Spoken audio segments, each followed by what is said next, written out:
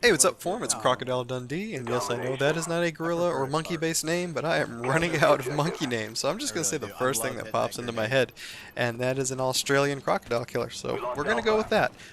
But in this video, I am failing with that grenade to start off, but I wanted to continue what I did last week in terms of the Enfield, or weapons or classes that I don't see many people using. In terms of perks for this game, it's pretty standard. I think it's Scavenger, Sleight of Hand Pro, and Hacker. I see everybody use that. But I don't see many people using the gun, which is the Spectre, obviously. I see a lot of people using the AK-74U and the MP5K, but those are, I think, the top two SMGs that I see people using. The Spectre doesn't pop up all that often.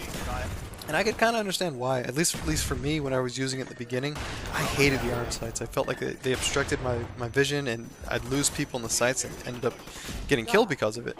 But I think at somewhere in the beginning of my 9th Prestige, or whenever I unlocked it at my 9th Prestige, I put on the red dot sight, and I found out I loved it. I think it's actually, it's either my favorite SMG now, or it's tied with the MP5K as my favorite SMG. And it's just got, I'm not going to talk about the stats because I have no idea what the stats are for this gun, but I know it has great hip fire, it's got great rate of fire, and it's extremely accurate at close and medium distances. And you don't need to tack on extended mags for it because it's already got 30 rounds in the magazine, unlike something like the Mac 11 or the Uzi. I think the Uzi's got 20. So yeah, I really recommend using this gun if you haven't before. Give it another chance. If you've had less than stellar experience with it, try it again. But the entire video is going to be dedicated to talking about this gun. The gameplay shows how well it works and why I like it. But what I do want to talk about a little bit more, or discuss, is E3. I wanted to get everyone's opinions on what you thought about this year's E3. For me, I was pretty happy with everything. I think it was a great year in terms of software. I've said this before already, but I couldn't tell you the last time I've seen this many AAA titles being released in such a short period of time as that guy gets his Grizz on. But yeah, no, I'm really looking forward to the fall, and I'm going to run down a quick list of the games that I'm really excited for. Most of them are going to be from the Xbox 360, but there were other games that I'm looking forward to on the PC and the PS3 as well. For PC, it's the MMO coming out, the Old Republic. I'm not a huge fan of Star Wars. I like it. I think the license has a lot of potential to make a very interesting and engaging story. So I think there's a lot of potential there. And it's got a lot of things going for it. For one, it's got the same team that worked on Knights of the Old Republic. And I haven't played those games, but I've never heard a negative critique of that game. Every person who's played that game said it's an amazing experience. So they've got a strong team developing it. Also, they've got two other things in terms of MMO that I really like. One, all of the quests have dialogue for it, which may not seem like much, especially if you've only played, normal single-player games and you've never played an MMO. But one of the problems I have whenever I'm playing something like World at War is when you're questing and you're grinding, I don't really pay attention to the quest because you run to your quest giver and it's just a wall of text, and I don't really care. Just tell me what I need to go find. So I don't even really pay attention to the story and something like that. But here, at least if you're having some dialogue, and it's good dialogue, interesting dialogue, it might make for a more interesting experience. It might seem like you have a little bit more of a purpose when you're playing the game. And the other thing is your decisions affect the outcome in the sense that the game isn't static.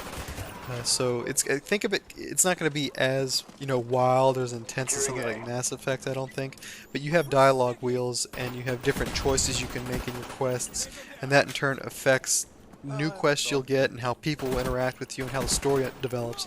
So that's something I haven't seen in an MMO before. I don't know if it's been done in the past. So that has a lot of potential, and I think this is a strong contender against World at War. I know the game's kind of a juggernaut, but I think this has the potential to take some market share from that game. The other game for the PS3 that I'm looking forward to is Uncharted 3.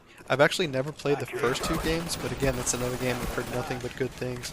So I'll probably end up picking up at least Uncharted 2. I'll probably pick that up and play it a little bit, but looking forward to that game when it's released in the fall. But I'm going to talk about some of the games that are coming out in the fall that I'm excited for. I didn't even know this game was coming out, but Max Payne 3. I've loved the first one. It's the first game that introduced bullet time, and back then it wasn't so overused, but after that game came out, I think every subsequent game afterwards started using that same effect. But interesting story. I like what they did with it. I'll be looking forward to the next game. Deus Ex Human Revolution. I've never played the first game, but again, that's another game that heard nothing but amazing things about. In September, they're releasing Dead Island. I've seen some of the gameplay for it. It's somewhat interesting. I kind of feel like the zombie genre is getting beaten to death, but I'm still looking forward to it. I'll have to wait to see more information as it gets closer to release, but I might be picking this game up. Obviously, Gears of War 3, that game looks amazing. The beta was awesome. They revealed more information about Horde mode. It's not just going to be a simple copy and paste of that mode. They've made a lot of improvements to that game mode.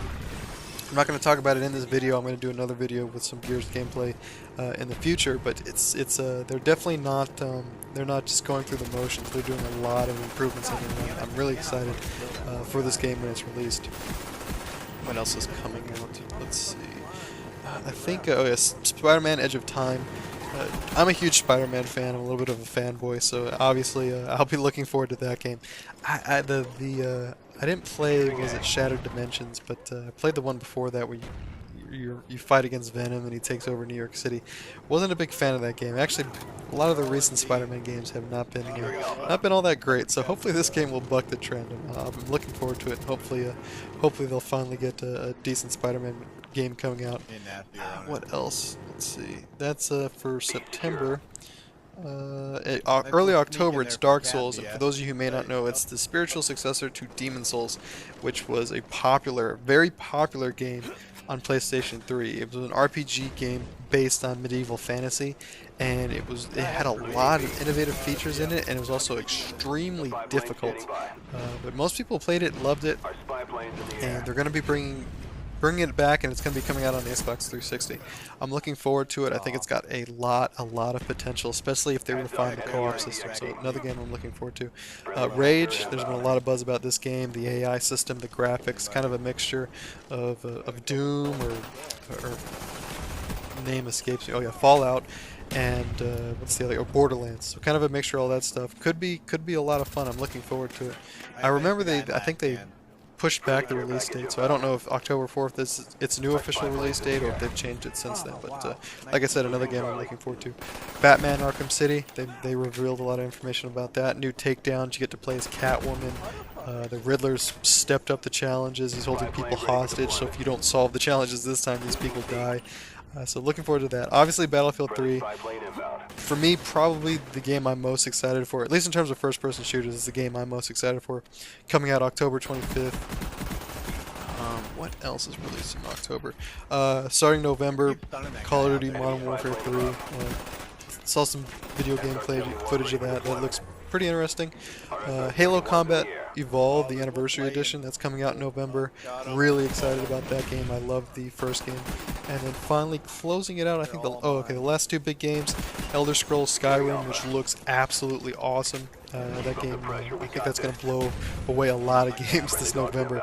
And finally Assassin's Creed Revolution, which for me, in terms of all the trailers that I saw, I think that gets best trailer. It was my favorite trailer of all the video games. I actually haven't played Assassin's Creed in a while, and that trailer got me really excited for it. So I will be looking forward to all of those games. It's probably, like I said in another video, probably need to get a new job to to end up picking up all these games. But like I said, let me know what you thought of E3, what games you're most excited for coming out this fall. And just let me know what you generally thought. Also, the Wii U came out, and it looks like they're trying to target. Well, it didn't come out, but they announced it. But it looks like they're trying to target more hardcore gamers. So that could be interesting. I had last system I had was the N64. Used to like the Nintendo a lot. And just like the infield video from last week, at the end of this gameplay I got some messages from the opposing team letting me know how happy they were with my gameplay. And to be honest, I was on a Skype call the entire time I played this game, so I wasn't even really paying attention.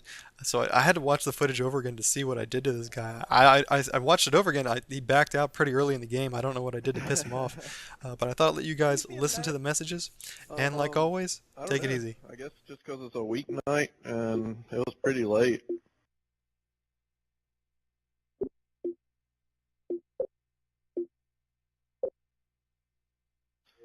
Man, go fuck yourself, you camping little fucking faggot.